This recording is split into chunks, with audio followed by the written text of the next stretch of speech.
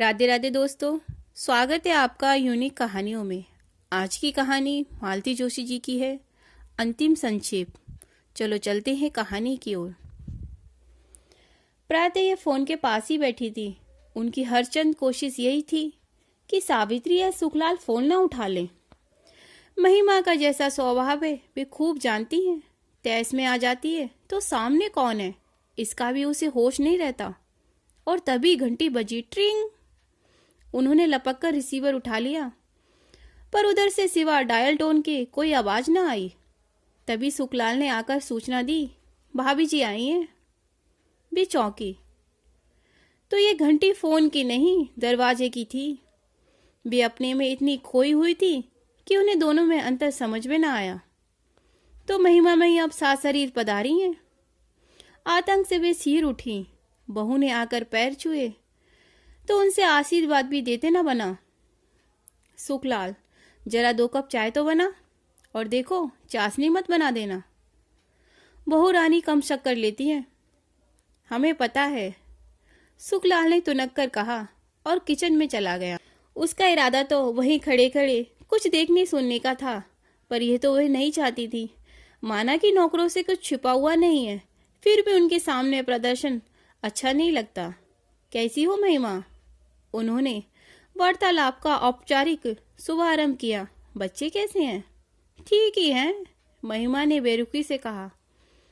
आप तो ये बताइए कि अपने लाडले को कहाँ छुपा रखा है? छुपाऊंगी क्यों? वह क्या चोरी करके भागा है?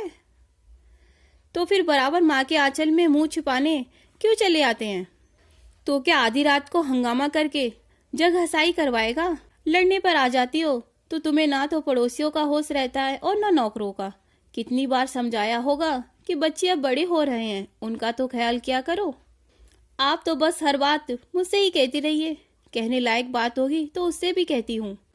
खाक कहती हैं, आपकी सह पाकर ही वे इतने बेखौफ होते जा रहे हैं। एक बार दरवाजा मत खोलिए, अपने आप ठिकाने आ जाएंगे। उनका मन हुआ कह दे, पति के मुंह पर दरवाजा बंद करने का हौसला पत्नी के पास हो सकता है, माँ ऐसा कलेजा कहाँ से लाए। सौभाग्य से उसी समय चाय आ गई और वे इतनी कड़वी बात कहने से बच गई। महिमा ने नाश्ता छुआ तक नहीं, बस चाय के 2 घूंट भरे और उठ खड़ी हुई। चलती हूँ माँ जी, बच्ची घर में अकेली है। मैं तो बस इतनी तसल्ली करने आई थी कि श्रीमान जी साकुशल पहुंच गए हैं। बीबी हूं ना, इतनी चिंता तो करनी ही पड़ती है। उसका एक एक शब्द उनके मन पर कोड़े की तरह पड़ रहा था, पर उन्होंने कोई उत्तर ना दिया। उसके पीछे चलकर दरवाजे पर आ खड़ी हुई। उसी समय कुसुम सामने से निकली, शायद सब्जी लेकर लौट रही थी। देखते ही बोली, ये क्या भाभी जी, अभी आई अभी चल दी? खाना वाना खाकर जाती। तुम खिला रही हो क्या?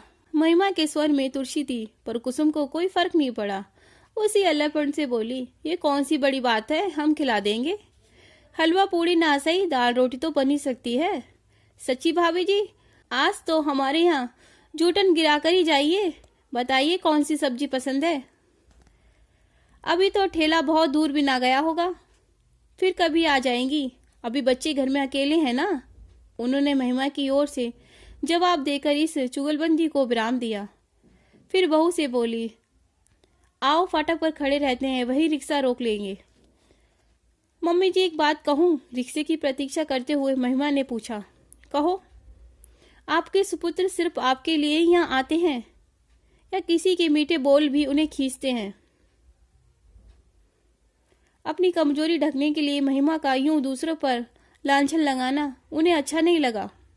अंत में बोली, महिमा, मीठे बोल तो कोई भी बोल सकता है, उसमें पैसे थोड़ी ही लगते हैं। फिर भी मैं नहीं बोलती, यही ना, महिमा ने कहा।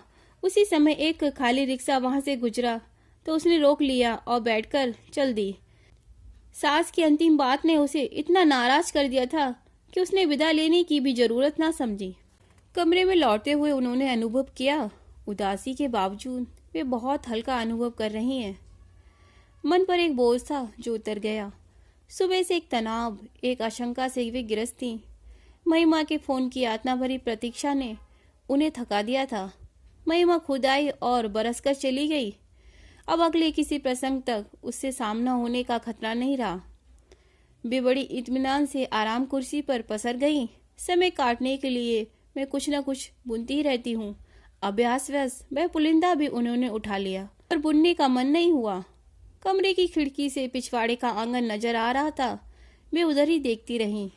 कुसुम रस्सी पर कपड़े सुखा रही थी। कुसुम को देखते ही उनका मन उमंगने लगता है। गजब की यह लड़की है, दिन भर फिरकनी की तरह घूमती रहती है, पर मजाल है कभी मुंह लटका हुआ मिला हो।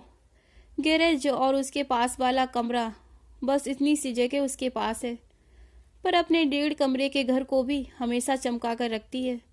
खुद तो साफ सुथरी रहती है, पति और बच्चों के कपड़े भी हमेशा चमकते रहते हैं, और जितनी मिठास उसकी बोली में है उतना ही स्वाद उसके हाथ में भी है। कई बार लगता है काश उनकी बहू भी ऐसी ही सुशील, सौम्य और सुघड़ होती। शायद इसलिए महिमा को कुसुम फूटी आंख नहीं सुहाती, हमेशा उससे चिड़ी ही रहती है। जब शुरू शुरू में वे लोग रहने आए थे तो महिमा अक्सर झल्ला जाती। ये क्या भला पाल लिया आपने मम्मी जी, इतनी दूर से हम लोग मिलने आते हैं पर जरा भी प्राइवेसी नहीं मिल पाती, बच्चे अलग हुंगदड़ किए रहते हैं। इससे तो अच्छा था किसी ऑफिस को ही ये कमरे उठा देती, ढंग का किराया तो आता। हाँ, किराया तो आता, पर ऑफिस वालों से रौनक नहीं होती ना बहू रानी, वह तो बाल गोपालों से ही होती है।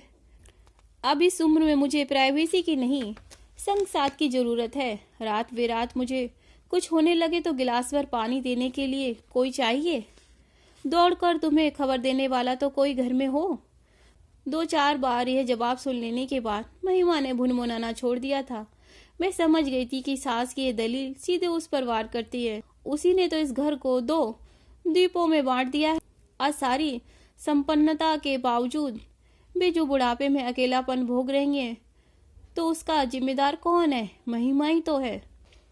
उन्हें आज भी वह काला दिन याद है। वे तीनों शाम की चाय ले रहे थे। उन्होंने दिन भर खटकर मटर की कचौड़ियाँ बनाई थी, पर मनीष प्लेट जुटार कर ही उठ गया था।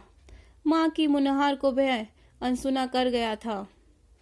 उसके जाने के बाद महिमा ने सपाट स्वर में कहा था, मम्मी जी हम लोग इस संडे को शिफ्ट कर रहे हैं। शिफ्ट क्या मतलब? हम लोगों ने शालीमार कॉलोनी में एक फ्लैट बुक कर लिया है। क्यों? उन्होंने पूछ लिया, पर दूसरे क्षण उन्हें लगा इस क्यों से बेमानी भी कोई शब्द होता होगा। साफ जाहिर है बहू अलग गृहस्थी बसाना चाहती है। ठीक है, उसके अपने सपने होंगे, अपने अरमान होंगे, लेकिन उसके लिए अलग से मकान लेने की क्या जरूरत है? महिमा, उन्होंने शांत स्वर में कहा, तुम अलग रहना चाहती हो तो खुशी से रहो, पर उसके लिए इतनी दूर जाने की, इतना पैसा फूकने की क्या जरूरत है? इतना बड़ा घर है, क्या इसमें 2 गृहस्थियां समा नहीं सकती? मेरी साफ गोई का बुरा ना माने मम्मी जी, पर ऐसे माहौल में मैं अपने बच्चे को जन्म नहीं दे सकती। कैसा माहौल? आपको तो शायद अब आदत हो गई है, पर जैसी महफिलें यहाँ जमती हैं, जैसे लोग बाबूजी के पास इकट्ठा होते हैं, उन्हें मैं बर्दाश्त नहीं कर सकती। महिमा, उनके स्वर में धार थी, तुम इस घर की पहली बहू तो नहीं हो? जानती हो मम्मी जी, पर वे जो मुझसे पहले आई हैं कितने दिन आपके पास रही, बस मेहमानों की तरह आती हैं और 4 दिन रहकर चली जाती हैं।